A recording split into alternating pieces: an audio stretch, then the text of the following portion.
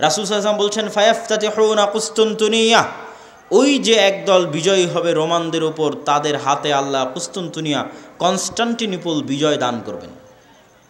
ফাবাইনামা হুম ইয়ানকাসিমুনাল গানাইম, যখন এই সমস্ত বিজয়ী মুজাহিদরা গনিমতের মাল বন্টন করবে এবং তাদের তরবারি ঝুলানো থাকবে গাছের সাথে, তখন একজন চিৎকার করে বলবে সাহা ফীহিমুশ শাইতান ইন্নাল মাসীহা ক্বাদ খালাফাকুম ফি আহলিকুম, মাসীহুদ দাজ্জাল বের হয়ে গেছে আর তোমাদের বাড়িতে বাড়িতে মাসীহুদ দাজ্জাল প্রবেশ করতেছে। এখন পর্যন্ত ইমাম মাহদি আসেননি, হয়তো এনাদের মধ্যেই ইমাম মাহদি থেকে থাকতে পারেন, তবে তিনি যে ইমাম মাহদি তা এখনও প্রকাশিত আকারে জনগণের সামনে স্পষ্ট হয়নি। হবে কখন? দাজ্জাল বের হওয়ার পরে এবং সালাতের দামেস্কের মসজিদে সালাতের পরে, যেটার বর্ণনা রাসূল সাল্লাল্লাহু আলাইহি সাল্লাম দিচ্ছেন। ফায়াখরুজুন ওয়া যালিকা বাতিল, শয়তানের এই মিথ্যা কথা শুনে তারা তরবারি নিয়ে দৌড়ে এগিয়ে যাবে কোথায়? মাসীহুদ দাজ্জাল, তার বিরুদ্ধে যুদ্ধ করার জন্য। ফাইদা জাউ শাম, তারা আস্তে আস্তে দেমাস্কে চলে আসবে।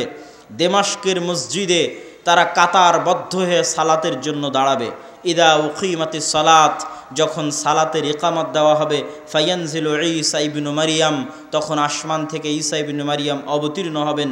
ফাআম্মাহুম ফাইদা রাআহু আদুউল্লাহ যাবা কামা ইয়াযুবুল মিলহ ফিল মা, ঈসা ইবনু মারিয়াম অবতীর্ণ হবেন ওই মসজিদে এবং তারপরে মুসলমানেরা দাজ্জালের বিরুদ্ধে যুদ্ধ করার জন্য রওনা দিবে এবং মসজিদে আকসার পাশে, জেরুজালেমের পাশে লুদ নামক বাবুল লুদ নামক দরজায় ঈসা আলাইহিস সালাতু ওয়াস সালামকে দেখে মাসীহুদ দাজ্জাল লবণ যেভাবে পানিতে দিলে গলে যায় সেভাবে গলতে থাকবে এবং তার গলে শেষ হওয়ার আগেই রাসূল সাল্লাল্লাহু আলাইহি ওয়াসাল্লাম বলছেন ফালাউ তারাকাহু লানযাব হাত্তা ইয়ানহালিক, যদি ঈসা ইবনু মারিয়াম তাকে ওই অবস্থায় রেখে দিতেন তাহলে সে গলে ধ্বংস হয়ে যেত। হাত্তা ইয়াহলিক ওয়ালাকিন ইয়াকতুলুহুল্লাহ বিয়াদিহি ফায়ুরিহিম দামাহু ফি হারবাতিহি, কিন্তু আল্লাহ সুবহানাহু ওয়া তাআলা চান যে ঈসা ইবনু মারিয়ামের মাধ্যমে সে নিহত হোক, এই জন্য ঈসা ইবনু মারিয়াম তাকে হত্যা করবেন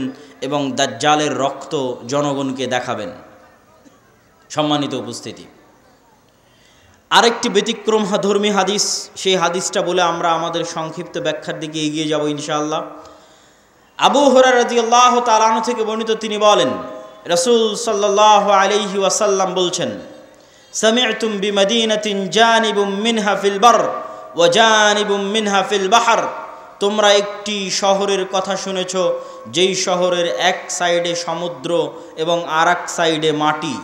রাসূলুল্লাহ সাল্লাল্লাহু আলাইহি ওয়াসাল্লামের উত্তরে সাহাবীগণ বললেন জি আমরা শুনেছি। রাসূল সাল্লাল্লাহু আলাইহি ওয়াসাল্লাম বলছেন লা তাকুমুস সাআহ হাত্তা ইয়াগজুহা ৭০,০০০ মিন বনি ইসহাক, ততক্ষণ পর্যন্ত কিয়ামত হবে না যতক্ষণ না বানু ইসহাকের ৭০,০০০ মানুষ তাদের বিরুদ্ধে যুদ্ধ না করছে। আর তারা সেই দিন যুদ্ধ করবে ওই শহর বিজয়ের জন্য, আর ওই শহর বিজয়ের জন্য ফালাম ইউকাতিলু বিসালাহ, কোনো অস্ত্রপাতি লাগবে না ওই শহর বিজয় করতে। ওয়ালাম ইয়ারমু বিসাহমিন, কোনো তীর নিক্ষেপ করা লাগবে না ওই শহর বিজয় করতে। ক্বালু লা ইলাহা ইল্লাল্লাহু আল্লাহু আকবার, তারা শুধু আল্লাহু আকবার ধ্বনি দিবে, তাকবীর ধ্বনি দিবে। ফায়াসকুতু আহাদু জানিবাইহা, ওই শহরের একটি প্রাচীর ধসে পড়ে যাবে। তারপরে দ্বিতীয়বার যখন তারা তাকবীর ধ্বনি দিবে তখন শহরের আরেকটি প্রাচীর ধসে পড়ে যাবে। তারা তৃতীয়বার যখন তাকবীর ধ্বনি দিবে তখন শহরের আরেকটি প্রাচীর ধসে পড়ে যাবে। ফাইফাররাজুলাহুম ফায়াদখুলুহা, তারা বিজয়ী বেশে ওই শহরে প্রবেশ করবে। ফায়াগনামু ফাবাইনাহুমা ইয়াকতাসিমুনাল মাগানিম, যেই মুহূর্তে তারা বিজয়ী বেশে শহরে প্রবেশ করবে আর গনিমতের মাল বন্টন করবে তখন শয়তান চিৎকার করে বলবে তোমাদের ঘরে দাজ্জাল প্রবেশ করে গেছে। সম্মানিত উপস্থিতি, পরপর আমরা 4টা হাদিস দেখলাম। এই 4টা হাদিস এক একজন এক একভাবে ব্যাখ্যা করতে পারে। আমি আগেও বলেছি যে যতদিন এই জিনিসগুলো না ঘটবে ততদিন এই জিনিসগুলোর প্রকৃত ব্যাখ্যা কেউ জানবে না। কিন্তু আমার কাছে সংক্ষিপ্তভাবে যেটা মনে হয়েছে যে উমরান ও বাইতুল মাকদেস আবাদ হওয়া, কেউ কেউ ব্যাখ্যা করে এই যুগের যে বাইতুল মাকদেস আবাদ হওয়া মানে ইহুদিরাই জেরুজালেম দখল করে নেবে এবং সেখানে বিশাল রাজধানী প্রতিষ্ঠা করার মাধ্যমে সে এটা পৃথিবীর একটি জাঁকজমকপূর্ণ একটা বিশাল বড় শহর, লন্ডন দুবাইয়ের মতো একটা বড় শহরে পরিণত হয়ে যাবে জেরুজালেম, যেটা থাকবে তাদের হাতে, আমাদের হাতে নয়। কেউ বলেছেন এটা। আর আমার কাছে সংক্ষিপ্তভাবে মনে হয়েছে যে উমরান ও বাইতুল মাকদেস আবাদ হওয়া মানে মুসলমানদের হাতেই বাইতুল মাকদেস থাকবে এবং মুসলমানেরাই বাইতুল মাকদেস বিজয় করবে এবং সেখানে সালাত সিয়াম সকল কিছু বাস্তবায়ন হবে এবং বাইতুল মাকদেস মুসলমানদের হাতে আগেই বিজয় হবে, তথা যে ঘটনাগুলো পরবর্তীতে সংঘটিত হচ্ছে সেগুলোর আগেই মুসলমানদের হাতে বাইতুল মাকদেস থাকবে। কখন থাকবে আল্লাহ সুবহানাহু ওয়া তাআলা ভালো জানেন। এবং বাইতুল মাকদেসের বিজয় হওয়া মানে মদিনার ধ্বংস হওয়া কি? হয়তো মদিনা অনাবাদ হয়ে যেতে পারে, মদিনার যে শান শওকত সেই শান শওকতে কমতি আসতে পারে, যে কোনো কারণে আসতে পারে। যেহেতু মুসলমানেরা বাইতুল মাকদেস ফিরে পেয়েছে সেহেতু বাইতুল মাকদেস কেন্দ্রিক মুসলমানদের নতুন কিছু তৈরি হতে পারে। যেমন উমাইয়া খেলাফাত আমলে যখন আবদুল্লাহ ইবনে জুবাইরের হাতে মক্কা এবং মদিনা ছিল, তখন উমাইয়া খলিফারা মক্কা মদিনা জিয়ারত করতে না পারার কারণে তারা তাদের সকল ধন সম্পদ খরচ করত বাইতুল মাকদেসের পিছনে। তথা এই মসজিদকে কেন্দ্র করে মুসলমানদের একটা ব্যস্ততা, শহর বন্দর সকল কিছু গড়ে উঠবে এই শহরকে কেন্দ্র করে এবং মদিনা অনাবাদ হয়ে যাবে। মদিনা অনাবাদ হয়ে গেলে যুদ্ধ শুরু হবে। কোন যুদ্ধ? যেই যুদ্ধ আমরা আলোচনা করলাম, এই যুদ্ধকে রাসূল সাল্লাল্লাহু আলাইহি সাল্লাম বলছেন আল মালহামা আল কুবরা। এবং এই যুদ্ধের বর্ণনা দিতে গিয়ে অন্য হাদিসে রাসূলুল্লাহ সাল্লাল্লাহু আলাইহি ওয়াসাল্লাম বলেছেন যে এই যুদ্ধে এত বেশি পরিমাণ মানুষ মারা যাবে যে একটা উড়ন্ত পাখি যদি আকাশে উড়তে থাকে তাহলে উড়তে উড়তে সে ক্লান্ত হয়ে যাবে, কিন্তু লাশের সারি সে উড়ে শেষ করতে পারবে না, এত বেশি পরিমাণ মানুষ মারা যাবে এই যুদ্ধে। আর এই যুদ্ধের পরপরই কুস্তুনতুনিয়া বিজয় হবে মানে আজ তো ইস্তাম্বুল মুসলমানদের হাতে আছেই। হাদিসের ভাষায় বোঝা যায় যে ইস্তাম্বুল একদিন মুসলমানদের হাতে থাকবে না। আজ আছে কিন্তু একদিন থাকবে না। তথা আজকের যে তুরস্ক, এটা আজকে মুসলমানদের হাতে থাকলেও হাদিস প্রমাণ করছে যে দাজ্জাল যেই মুহূর্তে বের হবে ওই মুহূর্তে কনস্টান্টিনোপল, ইস্তাম্বুল, তুরস্ক মুসলমানদের হাতে নাই, থাকবে না। তথা সেটা মুসলমানেরা যে কোনো সময় হারিয়ে ফেলতে পারে, অদূর ভবিষ্যতে, নিকট ভবিষ্যতে। আল্লাহ সুবহানাহু ওয়া তাআলা ভালো জানে কখন হারিয়ে ফেলবে, কেন না হারালে বিজয় কিসের? আর যেই বিজয়ের কথা রাসূল সাল্লাল্লাহু আলাইহি সাল্লাম বলছেন এই বিজয় নিকটে, কিয়ামতের নিকটবর্তী, দাজ্জাল বের হওয়ার পূর্ব মুহূর্তের বিজয়। সম্মানিত উপস্থিতি, তাহলে মোটামুটি যদি আমরা এই দুইটা জিনিসের ব্যাখ্যা এভাবে দাঁড় করাই যে বাইতুল মুকাদ্দাস আগেই মুসলমানেরা বিজয় করবে, সেটাই হচ্ছে বাইতুল মুকাদ্দাসের আবাদ। আর কুস্তুনতুনিয়া কিয়ামতের পূর্ব মুহূর্তে বিজয় হবে, তার অর্থ হচ্ছে কুস্তুনতুনিয়া মুসলমানেরা হারিয়ে ফেলবে, কনস্টান্টিনোপল মুসলমানেরা হারিয়ে ফেলবে। এখন হাদিসের আরও একটা অংশ ব্যাখ্যা করতে বাকি, রোম কারা? যে রোমানদের সাথে মুসলমানদের চুক্তি হবে এবং চুক্তির পরে সেই চুক্তি পুনরায় ভঙ্গ হয়ে মুসলমান এবং রোমানরা পরস্পর যুদ্ধ করবে, সেই যুদ্ধ, এই যুদ্ধ, সেই রোম কারা? এ বিষয়ে মুহাদ্দিসিনে কেরাম এবং মুফাসসিরিনে কেরামের মধ্যে মতভেদ হওয়ার সবচেয়ে বড় কারণ হচ্ছে আল্লাহর নবীর যুগে রোম বলতে যাদেরকে বোঝানো হতো তাদের রাজধানী ছিল কনস্টান্টিনোপল। আল্লাহর নবীর যুগে মানে যেই সময়ে আল্লাহর নবী এই হাদিস বলতেছেন ওই সময়ে রোম বলে যাদের বোঝানো হতো তাদের রাজধানী তুরস্কের ইস্তাম্বুল, কনস্টান্টিনোপল। এবং মুসলমানেরা এটা কোনোদিনই বিজয় করতে পারেনি। মুসলমানেরা এটা বিজয় করেছে অনেক পরে, আজ থেকে 500 অথবা 600 বছর আগে। উসমানীয় খেলাফত আমলে মুসলমানেরা বিজয় করেছে, না উমাইয়া খেলাফত আমলে, না আব্বাসী খেলাফত আমলে কোনোদিন বিজয় হয়নি। ক্রুসেডের যুদ্ধ হয়েছে, তখনও মুসলমানেরা ইস্তাম্বুল বিজয় করতে পারেনি।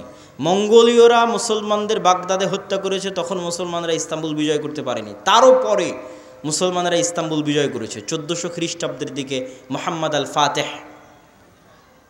তো এই জন্য রাসূল সাল্লাল্লাহু আলাইহি ওয়াসাল্লাম যখন রোম শব্দ বলতেছেন হাদিসে মদিনায়, তখন রোম মানে বর্তমান তুরস্কের কনস্টান্টিনোপল, ইস্তাম্বুল। আর তৎকালীন এই রোমে যারা বসবাস করত তারা হচ্ছে অর্থোডক্স খ্রিস্টান। আর আজকে ইতালির যারা রোম, ইতালির রাজধানী রোম, ইউরোপের যারা খ্রিস্টান, আমেরিকার যারা খ্রিস্টান, তারা হচ্ছে ক্যাথলিক খ্রিস্টান। এবং তাদের মধ্যে বিশ্বাসগত এবং আকীদাগত পার্থক্য আছে অনেক বিষয়ে, পদ এবং পদবীগত পার্থক্য আছে, কৃষ্টি কালচার, সামাজিক আচার ব্যবহারগত পার্থক্য আছে। তাহলে রোম বলতে আমরা যদি তৎকালীন রোম ধরি, তথা অর্থোডক্স খ্রিস্টানদের হাতে যখন কনস্টান্টিনোপল ছিল, সেই অর্থোডক্স খ্রিস্টানেরা এখন বসবাস করে রাশিয়ায়। রাশিয়া এবং ইউক্রেনের যুদ্ধের অন্যতম একটা কারণ হচ্ছে ইউক্রেনে ইউরোপিয়ান এবং আমেরিকানেরা ক্যাথলিক খ্রিস্টানের চর্চা বাড়াচ্ছিল, যেটা রাশিয়া কখনোই চায় না যে তার আশেপাশের কোনো দেশে ক্যাথলিক খ্রিস্টানের চর্চা বাড়ুক, কেননা তারা মানে অর্থোডক্স খ্রিস্টান। এবং আমার এর উপর বিস্তারিত ভিডিও আছে ইতেসাম টিভিতে রাশিয়া এবং ইউক্রেনের উপর, যেখানে এই পয়েন্টে আরও বিস্তারিত ইন ডিটেইলস আলোচনা করা আছে। তাহলে আল্লাহর নবীর যুগের রোম যদি ধর্মীয় দৃষ্টিকোণ থেকে তাদের পরিচয় দেখি, যে আল্লাহর নবী যেই সময়ে হাদিস বলছেন ওই সময়ে রোম বলতে কাদের বোঝা হতো, তাহলে কনস্টান্টিনোপলে যে অর্থোডক্স খ্রিস্টানেরা ছিল তাদেরকে বোঝানো হতো। তারা আজ কোথায় আছে? তারা আজ রাশিয়াতে আছে। এবং রাশিয়া যে যুদ্ধগুলো লড়ে, সেই যুদ্ধগুলোর পিছনে অনেক ধর্মীয় কারণ আছে, যেটাও আমি আমার ওই ভিডিওতে স্পষ্ট আকারে ডকুমেন্টারি আকারে দেখিয়েছি, যে এই যুদ্ধগুলো শুধু বাহ্যিক কোনো কারণে লড়াই করা হয় না, বরং ধর্মীয় কারণে লড়াই করা হয়। যেমন আজকে ইসরায়েল এবং ফিলিস্তিনের যুদ্ধে ইসরায়েল যে যুদ্ধ করতেছে, এটা শুধু বাহ্যিক কোনো কারণ নয়, বরং এর পিছনে ধর্মীয় কারণ আছে, সেটাও বলবো বক্তব্যের শেষের দিকে ইনশাআল্লাহ। আর যদি বলি যে না তারা নয়, তাহলে ইতালির রাজধানী যে রোম, ইতালির রাজধানী রোম মানে আজকের ইউরোপ, আজকের আমেরিকা, যারা আমাদের বিরুদ্ধে ক্রুসেডের যুদ্ধ করার জন্য এসেছিল কয়েক শতাব্দী আগে, বাইতুল মুকাদ্দাস খ্রিস্টানেরা দখল করেছিল, সুলতান সালাহুদ্দিন আইয়ুবী বিজয় করেছিলেন, সেই ক্রুসেডাররা, তাদের সাথে মুসলমানদের চুক্তি হবে, তৃতীয় কোনো পক্ষের বিরুদ্ধে মুসলমানেরা তাদেরকে সাথে করে নিয়ে যুদ্ধ করবে, সেই যুদ্ধে রোমানরা আর মুসলমানেরা বিজয়ী হবে। তারপরে রোমানদের একজন বলবে এই ক্রুশের কারণে বিজয়ী হয়েছিলাম, এক মুসলমান উঠে ভেঙে দিবে, তখন আবার তারা পরস্পর মুখোমুখি দাঁড়িয়ে যাবে। আর এই যুদ্ধ হচ্ছে মালহামা, যেটা সিরিয়াতে হবে। আজকের যে ফিলিস্তিন, আজকের যে ইসরায়েল, এগুলোও সিরিয়া, আজকের যে জর্ডান, এগুলোও সিরিয়া, সেই যুদ্ধ হবে সিরিয়াতে। আর ওই যুদ্ধে মুসলমানদের হেডকোয়ার্টার হবে গোতা নামক জায়গায়, যে গোতা নামক জায়গাটি হচ্ছে সিরিয়ার রাজধানী দামেস্ক থেকে অনতি দূরে। আর সেই যুদ্ধে রোমানদের হেডকোয়ার্টার হবে আমাক এবং দাবেক নামক জায়গায়, যা বর্তমান সিরিয়া এবং তুরস্কের সীমান্তবর্তী অঞ্চলে এখনও সেই নামে সেই জায়গা পরিচিত এবং জানা যায়। সম্মানিত উপস্থিতি, আজকে দাজ্জালের যে লম্বা হাদিস আছে, সেই লম্বা হাদিস থেকেও দুই একটা পয়েন্ট বলে এই মাটি, এই অঞ্চলের গুরুত্ব বোঝানোর আজকের এই পর্বের আলোচনার আমরা শেষের দিকে চলে যাব ইনশাআল্লাহ। দাজ্জালের হাদিস আপনারা সকলেই জানেন, কিন্তু সেই হাদিসে যে জায়গাগুলোর কথা দাজ্জাল বলেছে, আমরা সেটাই একটু সংক্ষিপ্তভাবে তুলে ধরব। আপনারা তামিম আদ-দারি রাদিয়াল্লাহু তাআলা আনহুর বিখ্যাত হাদিস, যদি শ্রদ্ধেয় শায়েখ আব্দুর রাজ্জাক বিন ইউসুফ তার বক্তব্য শুনে থাকেন তাহলে শুনতে আরও মজা লাগবে, কিন্তু আমি শুধু ব্যাখ্যা করব যে ওখানে দাজ্জাল যে জায়গাগুলোর কথা বলে ওই জায়গাগুলো কী এবং কোথায়। তো তারা নৌকা নিয়ে সফরে বের হয়েছিলেন, 1 মাস সমুদ্রের মধ্যে ঘুরপাক খেতে থেকেছেন। ঘুরপাক খেতে খেতে যখন একটা দ্বীপে গিয়ে ঠেকেছেন, সেই দ্বীপে তাদের সাথে দাজ্জালের সাক্ষাৎ হয়েছে। দাজ্জালের সাক্ষাৎ হওয়ার আগেও একটা বড় অদ্ভুত জন্তু সেখানে দায়িত্ব পালন করছিল। সেই অদ্ভুত জন্তু নিজেকে পরিচয় দিয়েছে যে আমি হচ্ছি গোয়েন্দা, আনাল জাসাসা। তারপরে সেই অদ্ভুত জন্তু তাদেরকে বলেছে তোমরা যার কাছে এসেছো তিনি এই দিকে আছে, এগিয়ে যাও। সেখান থেকে এবার আমি আপনাদেরকে এখান থেকে পড়ে শোনাচ্ছি যে ওখানে দাজ্জাল কি বলছে এবং সেই জায়গাগুলো কোথায়। দাজ্জাল বলছে, জিজ্ঞেস করছে, আসআলুকুম আন নাখলিহা আন নাখলে বাইসান আখবিরুনি আন নাখলে বাইসান। বাইসান নামক খেজুর বাগান সম্পর্কে আমাকে তোমরা সংবাদ দাও। কুলনা আন আইয়ি শানিহা তাস্তাখবির। বাইসান নামক খেজুরের বাগান সম্পর্কে তুমি কি জানতে চাও? তখন দাজ্জাল উত্তরে বলছে, আসআলুকুম আন নাখলিহা। বাইসান নামক খেজুর বাগানে এখন খেজুর হয় কি না এ বিষয়ে আমাকে জানাও। হাল ইউসমির আমলা। তখন ওই তামিম আদ-দারি রাদিয়াল্লাহু তাআলা আনহু এবং তার সাথে যারা গেছে তারা উত্তরে বললেন কুলনা নাআম, এখনও সেখানে খেজুর হয়। তখন দাজ্জাল উত্তরে বলছে আমা ইন্নাহু ইউশিকু আল্লা তুসমির, জেনে রাখো অচিরেই সেই বাইসান নামক খেজুর বাগানে খেজুর হবে না। ক্বালা আখবিরুনি আন বুহায়রা আত-তাবারিয়াহ, তোমরা আমাকে বুহায়রা আত-তাবারিয়াহ, তাবারিয়া লেক, তাবারিয়া খাল সম্পর্কে জানাও। কুলনা আন আইয়ি শানিহা তাস্তাখবির, তাবারিয়া খাল সম্পর্কে তোমাকে কি বলবো। ক্বালা হাল ফিহা মা, সেখানে কি পানি আছে? তখন উত্তরে বলছে হিয়া কাসীরাতুল মা, অনেক বেশি পানি আছে। ক্বালা আমা ইন্নামা ইউশিকু আন ইয়াযহাব, জেনে রাখো অচিরেই সেই খালে পানি থাকবে না। ক্বালা আখবিরুনি আন আইনি যুগার, আইনে জোগার সম্পর্কে আমাকে জানাও। ক্বালু আন আইয়ি শানিন তাস্তাখবির, তুমি আইনে জোগার সম্পর্কে কি জানতে চাও? বলে আইনে জোগারে কি এখনও পানি আছে? সেখান থেকে কি মানুষজন পানি নিয়ে চাষাবাদ করে? তখন আমরা বললাম হ্যাঁ, হিয়া কাসীরাতুল মা, এখনও মানুষ সেখান থেকে পানি নিয়ে চাষাবাদ করে। তখন সে উত্তরে বলল অচিরেই সেখানে পানি থাকবে না। তখন বলছে আখবিরুনি আন নাবিয়্যিল উম্মিয়িন, উম্মিয়িনদের নাবী সম্পর্কে আমাকে জানাও। অশিক্ষিত মূর্খ যারা লেখা জানে না, পড়া জানে না, তাদের জন্য যে নবী প্রেরণ করা হয়েছে সেই নবী সম্পর্কে আমাকে জানাও। এই মর্মে কথা সামনের দিকে আগাতে থাকলো। সম্মানিত উপস্থিতি, এখানে তিনটা জায়গার কথা বলেছে দাজ্জাল। আশ্চর্যজনক হলেও সত্য যে আজকের পৃথিবীতে এই তিনটি জায়গায়, তন্মধ্যে বাইসান নামক খেজুরের বাগান এবং জোগার নামক ঝর্ণা, এই তিনটাকে এক্সাক্ট চিহ্নিত করা খুব কঠিন হয়ে যায়। বিশেষ করে আইনে জোগারকে এক্সাক্ট চিহ্নিত করা যে এটা আইনে জোগার, এটার বিষয়ে নিশ্চিত কেউ গবেষকরা এখন পর্যন্ত তথ্য দিতে পারেনি। কিন্তু বাইসান খেজুরের বাগান সম্পর্কে মোটামুটি ধারণা পাওয়া যায় যে এই খেজুরের বাগান হচ্ছে বাইসান খেজুরের বাগান। আর বুহায়রা আত-তাবারিয়াহ এটা এত প্রসিদ্ধ, এত ব্যাপক, এত পরিচিত যে সবাই জানে। এমনকি ইসরায়েলে সারা পৃথিবী থেকে শত শত খ্রিস্টান এই বুহায়রা আত-তাবারিয়া দেখার জন্য যায়। এই জন্য দেখার জন্য যায়, তারা মনে করে তাদের তাওরাত, তাদের বাইবেলে ঈসা আলাইহিস সালাতু ওয়াস সালামের যত মোজেজার কথা বলা আছে, সকল মোজেজা তিনি দেখিয়েছিলেন বুহায়রা তাবারিয়ার ওপরে অথবা বুহায়রা তাবারিয়ার পাশে। সেই মোজেজা যদি হয় অন্ধ ব্যক্তিকে চক্ষুস্মান করে দেওয়া, সেই মোজেজা যদি হয় টাকওয়ালা ব্যক্তির মাথায় চুল গজিয়ে দেওয়া, সেই মোজেজা যদি হয় মৃত ব্যক্তিকে জীবিত করা, এগুলোর অধিকাংশ মোজেজা তাদের বিশ্বাস অনুযায়ী ঈসা আলাইহিস সালাতু ওয়াস সালাম এই লেক, এই খালের পাশে অথবা তার উপরে তিনি করে দেখিয়েছিলেন, এই জন্য তারা দেখতে আসে। এবং এইটা চলমান বর্তমান ইসরায়েলের সীমানার অন্তর্ভুক্ত। এবং আনুমানিক গবেষণা অনুযায়ী বাইসানের খেজুরের বাগান এবং জোগারের ঝর্ণা এবং তাবারিয়ার লেক তিনটাই বর্তমান ইসরায়েলের সীমানার অন্তর্ভুক্ত, যেই জায়গাগুলোর কথা এই হাদিসে দাজ্জাল তামিম আদ-দারি রাদিয়াল্লাহু তাআলা আনহুকে জিজ্ঞেস করতেছে। তাহলে একদম যদি আমরা সামারি এবং সারমর্ম করি, তাহলে কিয়ামতের পূর্ব মুহূর্তে যা যা সংঘটিত হবে সব বড় বড় ঘটনা এই মাটিতে, এই জমিনে সংঘটিত হবে, শামের মাটিতে সংঘটিত হবে।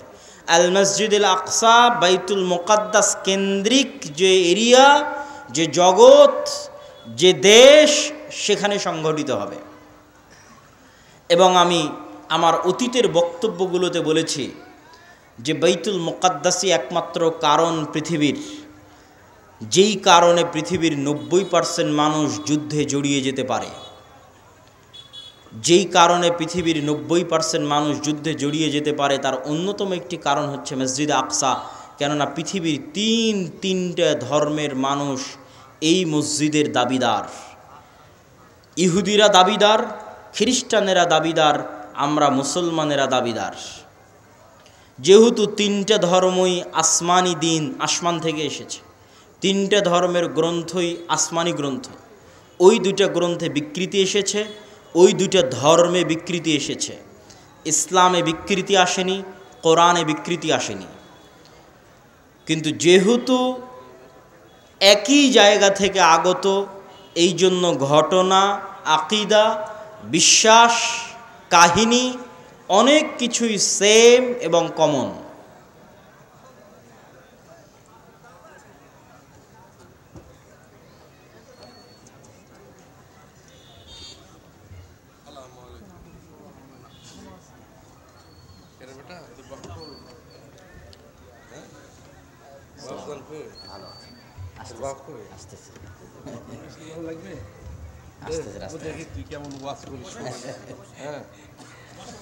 তো সম্মানিত উপস্থিতি, আমরা যে বিষয়ে আলোচনা করছিলাম যে বর্তমান মসজিদে আকসা এবং বর্তমান বাইতুল মুকাদ্দাস পৃথিবীর তিনটা ধর্মের নিকটে পবিত্র স্থান। আর এই পবিত্র স্থান হওয়ার কারণ হচ্ছে এই তিনটা ধর্মই আব্রাহামিক রিলিজিয়ান, সেমেটিক রিলিজিয়ান। এই তিনটা ধর্মই মিল্লাতে ইব্রাহিমের দাবিদার, তথা ইব্রাহিম আলাইহিস সালাতু ওয়াস সালামের হিস্ট্রি ইতিহাসের সাথে কানেক্টেড। আর সেমেটিক রিলিজিয়ান মানে নূহ আলাইহিস সালাতু ওয়াস সালামের 3 সন্তান তার সাথে নৌকায় উঠেছিলেন। একজনের নাম ইয়াফেস, একজনের নাম হাম, আর একজনের নাম সাম। ইয়াফেসের বংশধরেরা হচ্ছে সাদা চামড়া, ইউরোপ, আমেরিকা, রাশিয়া। সামের বংশধরেরা হচ্ছে সেমেটিক তথা মেটে, শ্যামা, হালকা সাদা, হালকা শ্যামা, হালকা মেটে। India, Pakistan, Bangladesh, Saudi, Kuwait, Qatar, Bahrain, এরা হচ্ছে সামের বংশধর। হাম হচ্ছে আফ্রিকান, টোটাল আফ্রিকান এরিয়া হচ্ছে নূহ আলাইহিস সালামের সন্তান হামের বংশধর। তো পৃথিবীতে আল্লাহ যত নবী পাঠিয়েছেন সকল নবী সামের বংশে পাঠিয়েছেন। সামের বংশে ইব্রাহিম আলাইহিস সালাতু ওয়াস সালাম। এই জন্য একটা মজার জিনিস, যারা অনলাইনে আমাদের দেখছেন তারা মনে রাখতে পারেন যে কালার ডিসক্রিমিনেশনের শিকার যারা হন ইউরোপ এবং আমেরিকায়, গায়ের রঙের কারণে ডিসক্রিমিনেশনের শিকার হওয়া, বৈষম্যের শিকার হওয়া, কেননা তাদের মধ্যে একটা আভিজাত্য বোধ কাজ করে যে আমি হচ্ছি সাদা চামড়ার, আর এশিয়া থেকে যারা এসেছে তারা সাদা চামড়ার নয়। আপনি দীর্ঘদিন থাকলে এই জিনিসটা ভিতর থেকে অনুভব করতে পারবেন, এই বৈষম্য। তো এটা আপনারা মজার জিনিস জেনে রাখতে পারেন যে ইউরোপ, আমেরিকা তারা যতই সাদা চামড়ার হোক, তারা যেই নবীকে সম্মান করে, শ্রদ্ধা করে, সেই নবী সাদা চামড়ার ছিলেন না। মানে ঈসা আলাইহিস সালাতু ওয়াস সালাম, ঈসা আলাইহিস সালাতু ওয়াস সালামের গায়ের রং আর আমার নবী মুহাম্মদ সাল্লাল্লাহু আলাইহি ওয়াসাল্লামের গায়ের রং এক। মানে শ্যামা, মেটে, সাদা চামড়ার সাদা নয়। তথা গোটা ইউরোপ এবং আমেরিকার মানুষ যেই নবীর অনুসারী, যেই নবীর মূর্তি তাদের গির্জায় বানিয়ে রেখেছে, যেই নবীর মা মারিয়াম আলাইহা সালাতু ওয়াস সালামের মূর্তি তাদের গির্জায় বানিয়ে রেখেছে, তারা কেউই সাদা চামড়ার ছিলেন না। এই জন্য বলেছি সেমেটিক রিলিজিয়ান। তথা আল্লাহ সুবহানাহু তাআলা সামের বংশে সকল নবী দিয়েছে, ইব্রাহিমের বংশে পরবর্তী সকল নবী পাঠিয়েছে। পৃথিবীর তিনটে ধর্ম ইব্রাহিম আলাইহিস সালাতু ওয়াস সালামের মিল্লাতের দাবিদার। এর কিছু কমন উদাহরণ আপনাকে দিই। ইব্রাহিম আলাইহিস সালাতু ওয়াস সালামকে আমরা বলি ইব্রাহিম, তারা বলে আব্রাহাম। ইব্রাহিম আলাইহিস সালাতু ওয়াস সালামের ছেলে ইসহাককে আমরা বলি ইসহাক, তারা বলে আইজ্যাক, আইজ্যাক নিউটন। যিনি আইজ্যাক তিনি ইসহাক। ইসহাক আলাইহিস সালাতু ওয়াস সালামের ছেলেকে আমরা বলি ইয়াকুব আলাইহিস সালাতু ওয়াস সালাম, তারা বলে জ্যাকব। যিনি জ্যাকব তিনি ইয়াকুব। ইয়াকুব আলাইহিস সালাতু ওয়াস সালামের ছেলে ইউসুফ আলাইহিস সালাতু ওয়াস সালামকে আমরা বলি ইউসুফ, তারা বলে জোসেফ। সেন্ট জোসেফ স্কুল মানে Hazrat Yusuf school, there is no difference, কোনো পার্থক্য নাই। যদি আপনি বলেন সেন্ট জোসেফ স্কুল, তাহলে ওরা আপনি যে ইউসুফকে জানেন তাকে উদ্দেশ্য করছে, যে হজরত ইউসুফ আলাইহিস সালাতু ওয়াস সালাম স্কুল। এভাবে আমরা যাকে বলছি দাউদ আলাইহিস সালাতু ওয়াস সালাম, তারা তাকে বলছে ডেভিড। জাস্ট নামের উচ্চারণের পার্থক্য, কিন্তু ঘটনার মধ্যে মিল আছে। আমরা বলছি নূহ, তারা বলছে নোয়াহ। ঘটনার বর্ণনা ধারা বিবরণীতে কিছুটা পার্থক্য আছে, কিন্তু মূল ঘটনাগুলো একই। তথা আদম এবং হাওয়ার যে ঘটনা কোরআনে বর্ণনা করা আছে, কাছাকাছি ঘটনা।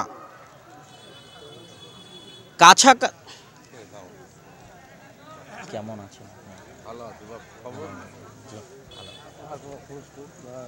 অনেকদিন দেখা সাক্ষাৎ, বাইরে গেছিলাম তো ইংল্যান্ডে, ওখান থেকে মাস্টার্স করে আসলাম। 1 বছরে একটা মাস্টার্স করে আসলাম ইংল্যান্ড থেকে।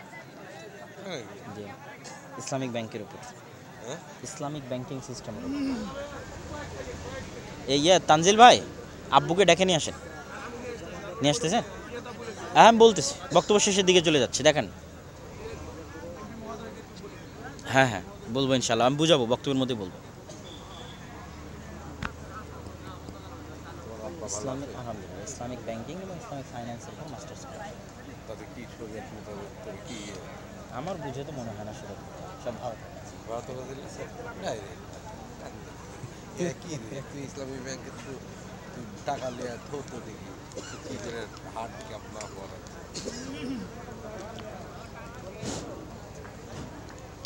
সম্মানিত উপস্থিতি, তো আমরা আলোচনা করছিলাম ইহুদি, খ্রিস্টান এবং ইসলাম, এই 3টা ধর্ম আব্রাহামিক রিলিজিয়ান।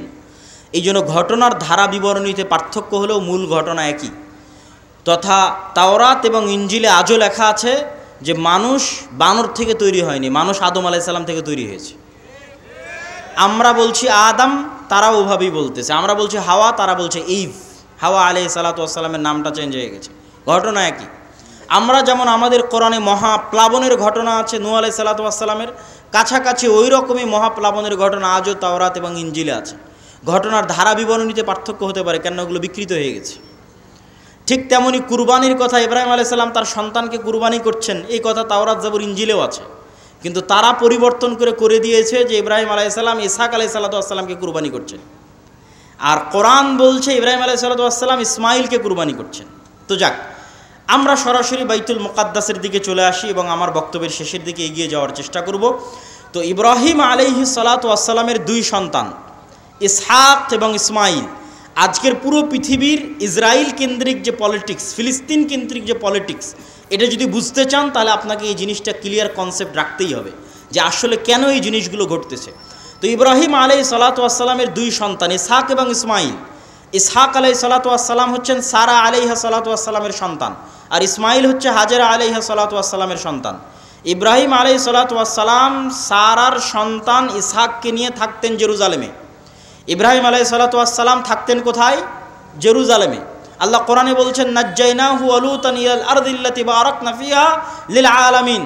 আমি ইব্রাহিমকে আশ্রয় দিয়েছি এই মাটিতে, লুতকে আশ্রয় দিয়েছি এই মাটিতে, যেই মাটিতে আমি বরকত রেখেছি সারা পৃথিবীর মানুষের জন্য, ওই মাটি জেরুজালেমের মাটি। লুত আলাইহিস সালাতু ওয়াস সালামের শহর উল্টিয়ে দেওয়ার পরে আল্লাহ তাকে আশ্রয় দিয়েছেন জেরুজালেমে। আর ইব্রাহিম আলাইহিস সালাতু ওয়াস সালাম তিনি যখন ইরাক থেকে হিজরত করে এসেছেন তখন আল্লাহ সুবহানাহু ওয়া তাআলা তাকে আশ্রয় দিয়েছেন জেরুজালেমে। তার বাপ আজর তাকে ইরাকের ব্যাবিলন নগরী থেকে তাড়িয়ে দিয়েছিলেন। তাহলে ইব্রাহিম আসলেন জেরুজালেমে, লুত আসলেন জেরুজালেমে। ইব্রাহিমের সন্তান ইসহাক ছিল জেরুজালেমে, ইসহাকের সন্তান ইয়াকুবও ছিল জেরুজালেমে। আর ইব্রাহিম আলাইহিস সালাতু ওয়াস সালাম আরেক সন্তান ইসমাইলকে রেখে আসলেন 1500 কিলোমিটার দূরে মক্কায় কাবা ঘরের পাশে। তাহলে একই সাথে একই সময়ে আল্লাহ ইব্রাহিম আলাইহিস সালামের 2 সন্তানকে দিয়ে পৃথিবীর 2টা মসজিদ আবাদ করাচ্ছেন। আল্লাহর নবী এবং পবিত্র কোরআন বলছে ইন্না আউওয়ালা বাইতিন উযিআ লিন-নাস বিবাক্কা, পৃথিবীর বুকে প্রথম মসজিদ তৈরি হয়েছে মক্কায় আল্লাহর ইবাদতের জন্য। আর আল্লাহর নবী বলছেন মক্কার 40 বছর পর, কাবার 40 বছর পর মসজিদ তৈরি হয়েছে আল মসজিদ আল আকসা, বাইতুল মুকাদ্দাস। তাহলে ইব্রাহিম আলাইহিস সালাতু ওয়াস সালামের এক সন্তান ইসহাক এবং তার বংশধরেরা আবাদ করছে মসজিদ আকসা, আর ইব্রাহিম আলাইহিস সালাতু ওয়াস সালামের আরেক সন্তান ইসমাইল এবং তার বংশধরেরা আবাদ করছে কাবা, একই সময়ে একই সাথে। আর ইব্রাহিম আলাইহিস সালাতু ওয়াস সালাম নিজে জেরুজালেম থেকে মক্কায় যাতায়াত করেছে 4 থেকে 5 বার। একবার হাজেরা আলাইহিস সালাতু ওয়াস সালাম এবং ইসমাইলকে রাখতে গেছেন, একবার জবাই করতে গেছেন, একবার কাবা ঘর তৈরি করতে গেছেন, একবার ছেলেকে এমনি দেখতে গেছেন, পাননি, স্ত্রীকে তালাক দিয়ে আসতে বলেছেন। লম্বা ঘটনা সহিহ বুখারীতে পাবেন। তাহলে ইব্রাহিম আলাইহিস সালাতু ওয়াস সালাম পৃথিবীর একমাত্র নবী যিনি একই সাথে এই দুইটা পবিত্র মসজিদের সাথে কানেক্টেড, একই সাথে। হুয়া ইব্রাহিম আলাইহিস সালাতু ওয়াস সালাম, তিনি ইব্রাহিম আলাইহিস সালাতু ওয়াস সালাম 5 বার মক্কা থেকে ফিলিস্তিন জেরুজালেম যাতায়াত করেছেন। এবার আসেন হিস্ট্রি সামনের দিকে আগাতে থাকলো। ইউসুফ আলাইহিস সালাম কুয়ায় পড়ে মিশরের বাজারে বিক্রি হয়ে গেলেন। আজকে যেমন ফিলিস্তিন আর মিশর পাশাপাশি, গাজায় আপনি ত্রাণ পাঠাতে পারবেন না মিশর ছাড়া, ওই কালেও একই অবস্থা ছিল, ফিলিস্তিন মিশর পাশাপাশি। ফিলিস্তিনের কুয়াতে পড়ে বিক্রি হলেন মিশরে, মিশরে অর্থমন্ত্রী হলেন। বাপ ভাই দাদা সবকে ডেকে পাঠালেন। 70 জনের পরিবারের বিশাল বহর নিয়ে ইয়াকুব আলাইহিস সালাম গেলেন মিশরে। এই প্রথম ইসহাকের বংশধরেরা ফিলিস্তিন ছেড়ে মিশর চলে গেল। মিশরে ইউসুফ আলাইহিস সালামের রাজত্ব এবং তার পরবর্তীদের রাজত্ব 1-150 বছর থাকলো। তারপরে যখন বিরোধী পার্টি ক্ষমতায় চলে আসলো, তথা ফেরাউন কিবতীরা যখন ক্ষমতা দখল করে নিল, তো আগের ক্ষমতায় যারা সবচেয়ে বড় জোট ছিল ওদেরকে হত্যা করতে লাগলো। আগের ক্ষমতায় যে বাদশাহ ছিল মিশরের, তার সবচেয়ে বড় জোট ছিল বানু ইসরাইল, ইউসুফ আলাইহিস সালাতু ওয়াস সালাম। তো এদেরকে হত্যা করো। আর ফেরাউন জানতো যে আমি ক্ষমতা হারালে এদের কাছে ক্ষমতা হারাবো, অতএব এদের শিশুদের হত্যা করো, যেন আমার ক্ষমতা দখল করার মতো কেউ না আসে। وَإِذْ نَجَّيْنَاكُمْ مِنْ آلِ فِرْعَوْنَ يَسُومُونَكُمْ سُوءَ الْعَذَابِ يُذَبِّحُونَ أَبْنَاءَكُمْ وَيَسْتَحْيُونَ نِسَاءَكُمْ। আমি তোমাদেরকে ফেরাউনের কবল থেকে বাঁচিয়েছি, যেই ফেরাউন তোমাদের ছেলে সন্তানদের জবাই করত। আল্লাহ পবিত্র কোরআনে বলছেন ছেলে সন্তানদের জবাই করত। আজকের ফেরাউন বানু ইসমাইলের ছেলে সন্তানদেরকে গাজায় হত্যা করতেছে। দিন পরিবর্তন হয়েছে, টার্গেট একই। কেননা তারা জানে যে এই ফিলিস্তিন থেকে এমন সন্তান বের হবে যাদের হাতে তাদের পতন অনিবার্য, পতন অবশ্যম্ভাবী। এই জন্য বেরি যেন হতে না পারে, এই জন্য আগে শিশুই হত্যা করে দাও, যেমন ফেরাউন হত্যা করত। সম্মানিত উপস্থিতি, তারপরে ফেরাউনের অত্যাচারে থেকে বানু ইসরাইলকে বাঁচানোর জন্য আল্লাহ মুসা আলাইহিস সালামকে পাঠালেন। মুসা আলাইহিস সালাতু ওয়াস সালামের লম্বা ঘটনা, তিনি বানু ইসরাইলকে সাথে করে নিয়ে পালিয়ে যাচ্ছেন। ফেরাউনকে আল্লাহ লোহিত সাগরে ডুবিয়ে হত্যা করলেন। হত্যা করার পর মুসা আলাইহিস সালাম ফেরত মিশরে যাননি কেন? এই জন্য মিশরে ফেরত যাননি যে মুসা আলাইহিস সালাম পালিয়ে যাচ্ছিলেন না, মুসা আলাইহিস সালাম ইজ রিটার্নিং ব্যাক, ফেরত যাচ্ছিলেন। কোথায় ফেরত যাচ্ছিলেন? 400 বছর আগে ওনার বাপদাদা ইয়াকুব এবং ইয়াকুবের সন্তান 70 জন এবং ইউসুফ ওই যে জেরুজালেম ছেড়ে মিশরে আসছে, ওই জেরুজালেম বাপদাদার আদিভিটা, সেখানে ফিরে যাচ্ছিলেন। ইতিহাসের সত্য মিথ্যা জানা যায় না, কিন্তু ইতিহাসে লেখা আছে যে ইউসুফ আলাইহিস সালাম মিশরে মারা গেলেও তাকে তিনি ওসিয়ত করে গেছিলেন কবর দেওয়ার জন্য জেরুজালেমে। আর মুসা আলাইহিস সালামের কথা তো সহিহ বুখারীতে রাসূল সাল্লাল্লাহু আলাইহি ওয়াসাল্লাম বর্ণনা করতেছেন, যেটা ধারা বিবরণীতে আমি আসব। তো আপনি যদি আজকের ম্যাপে দেখেন, লোহিত সাগর পার হয়ে ফিলিস্তিনে যাবেন, মিশর থেকে লোহিত সাগর ক্রস করে ফিলিস্তিনে যাবেন, গুগল ম্যাপে দেখবেন ফিলিস্তিনে ঢুকার আগে বিশাল মরুভূমি, সিনাই মরুভূমি। আর ওই ফিলিস্তিনে তখন বসবাস করত তৎকালীন বিশ্বের সবচেয়ে শক্তিশালী গোত্র, তাদের নাম আমালেকা গোত্র। তো ওদের সাথে যুদ্ধ করে জিতে জেরুজালেম জয় করতে হবে, এই জন্য অপেক্ষায় বসে আছেন সিনাই মরুভূমিতে।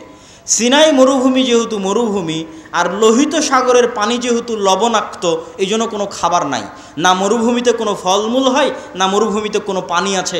এই জন্য সূরা বাকারায় বানু ইসরাইলের ঘটনা পড়ে দেখবেন যে আল্লাহ মুসা আলাইহিস সালাতু ওয়াস সালামকে বললেন, তুমি লাঠি দিয়ে পাথরে আঘাত করো, তোমার সম্প্রদায়ের জন্য ঝর্ণা তৈরি করে দিচ্ছে। তুমি আল্লাহর কাছে দোয়া করো, আর জান্নাত থেকে মান্না এবং সালোয়া পাঠিয়ে দিচ্ছে। জান্নাত থেকে পাখির আকারে এবং গাছে ঝুলন্ত আকারে, বাড়ির উপরে গাছে ঝুলন্ত আকারে জান্নাত থেকে মান্না এবং সালোয়া আসতো, কেননা মরুভূমিতে কোনো খাবার ছিল না। তারপরে মুসা আলাইহিস সালাতু ওয়াস সালাম তাদের নিয়ে জেরুজালেম বিজয় করতে যাবেন মর্মে যুদ্ধের ঘোষণা দিলেন। এরা ছিল নিমক হারাম কওম। আল্লাহর এত বড় নিয়ামত দেখার পরও এরা বলল, ইযহাব আনতা ওয়া রাব্বুকা ফাকাতিলা, মুসা আপনি আর আপনার আল্লাহ গিয়ে যুদ্ধ করেন, আমরা যুদ্ধ করতে পারবো না। বলেন নাউজুবিল্লাহ। এই জন্য মুসা আলাইহিস সালাম জেরুজালেম বিজয় করতে পারেননি। তখন মুসা আলাইহিস সালাতু ওয়াস সালাম আল্লাহর কাছে দোয়া করেছিলেন, যেন আমার লাশ, আমার মৃত্যু যেন জেরুজালেমের এত নিকটে হয় যে একটা ঢিল মারলে যেন জেরুজালেম থেকে বাইতুল মুকাদ্দাস থেকে একটা ঢিল মারলে আমার কবরে এসে পড়ে। মুহাম্মদ সাল্লাল্লাহু আলাইহি ওয়াসাল্লাম বুখারীর হাদিসে বলছেন, আমি যদি আজ ফিলিস্তিনে থাকতাম তোমাদের দেখাতাম যে কোথায় মুসা আলাইহিস সালাতু ওয়াস সালামের কবর আছে। সম্মানিত উপস্থিতি, তারপরে ধারা বিবরণী আমি সংক্ষিপ্ত আকারে আজকের পর্যন্ত আপনাকে আমি বুঝিয়ে দিচ্ছি। তারপরে ইউশা বিন নুনের মাধ্যমে জেরুজালেম বিজয় হলো।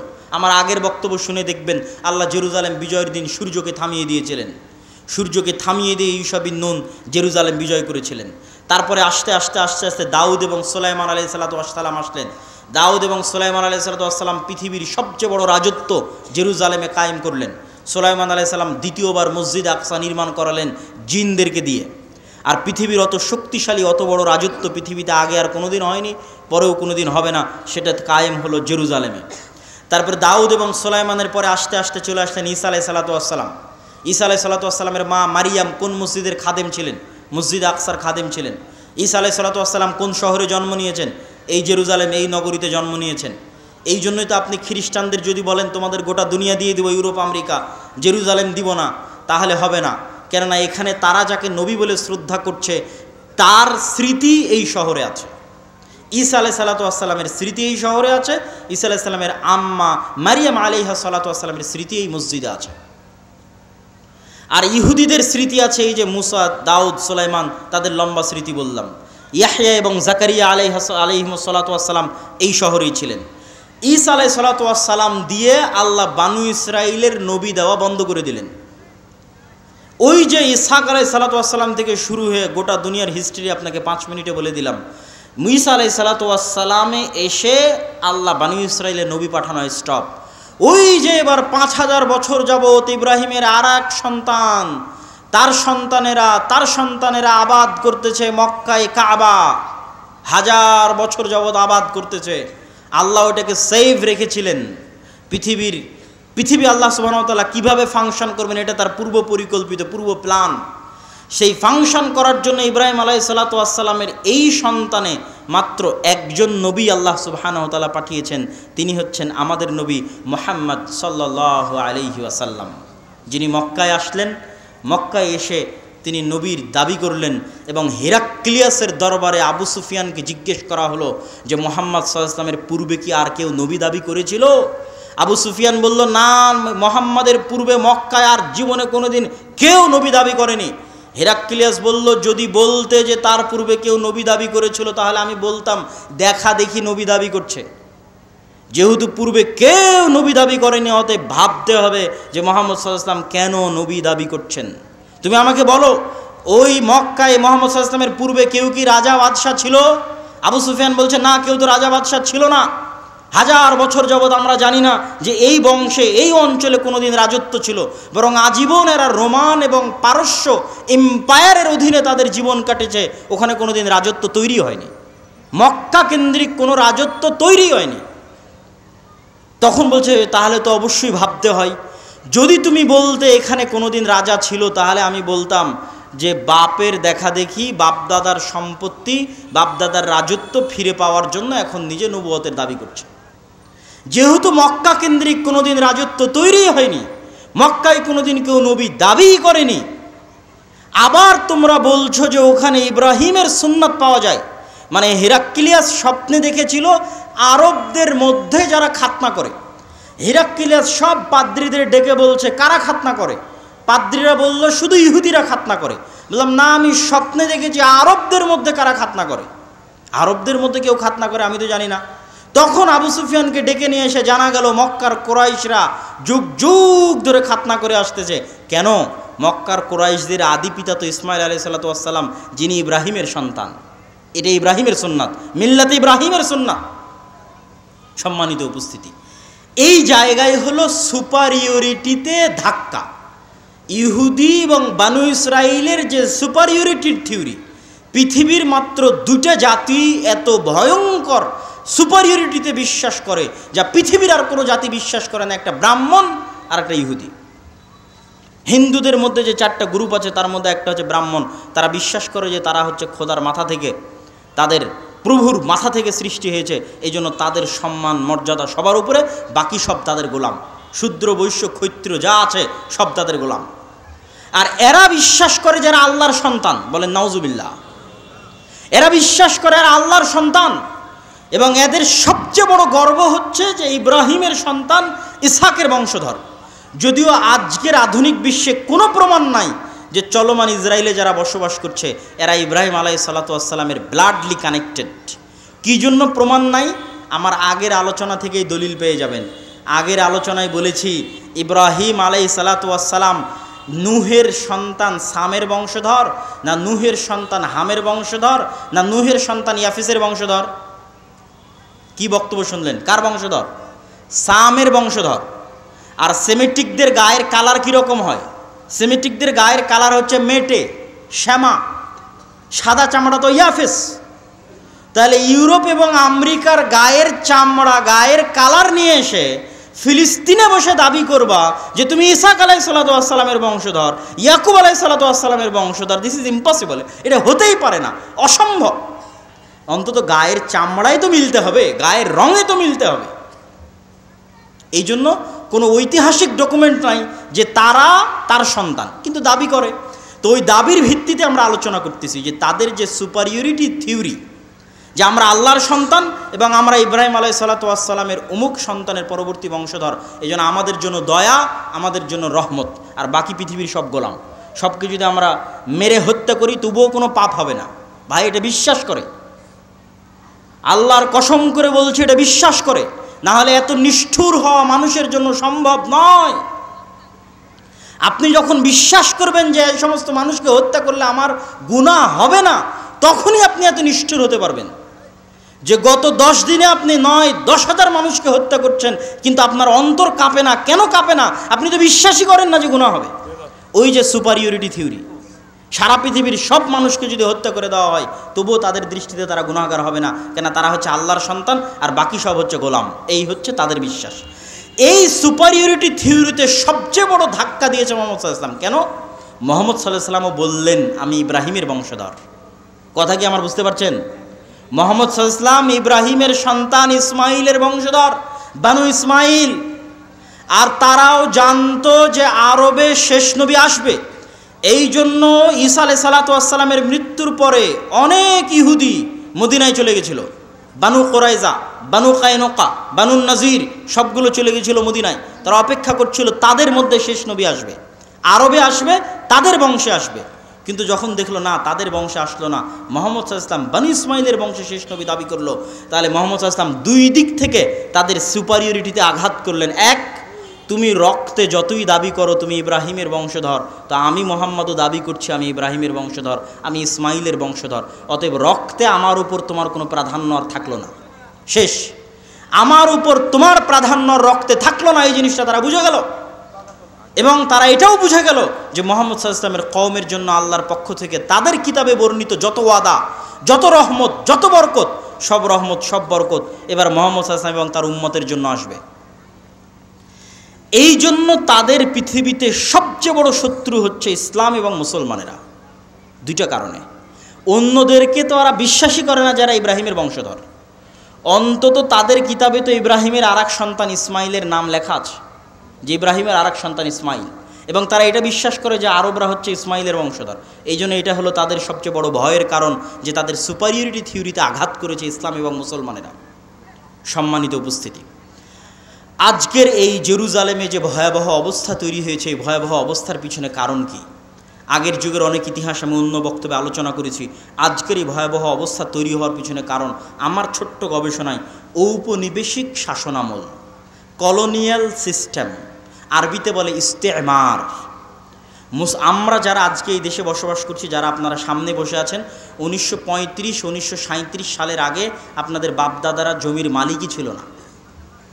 আপনি আজকে যে জমির দলিল নিয়ে দাবি করছেন এই জমি আমার, এই দাবি 35-37-এর আগে এই অঞ্চলের মানুষ করতে পারতো না। কেননা আমাদের বাপদাদারা 190 বছর ছিল ব্রিটিশদের গোলাম, তথা আমরা ছিলাম কলোনি, ব্রিটিশের কলোনি। এই জন্য 190 এবং 200 বছর গোলামি করতে করতে আমাদের রক্তের মধ্যে গোলামি ঢুকে গেছে। আর এই দেশ ছেড়ে যখন ব্রিটিশরা গেছে 3টে দেশে ভাগ করে গেছে, ভারত, বাংলাদেশ, পাকিস্তান। ঠিক সারা পৃথিবীর প্রায় মুসলিম দেশই কোনো না কোনো ইউরোপিয়ান কান্ট্রির কলোনি ছিল। আর এই কলোনিয়াল সিস্টেম কতটা ভয়ঙ্কর ছিল এটা ইউরোপ সফর না করলে আমি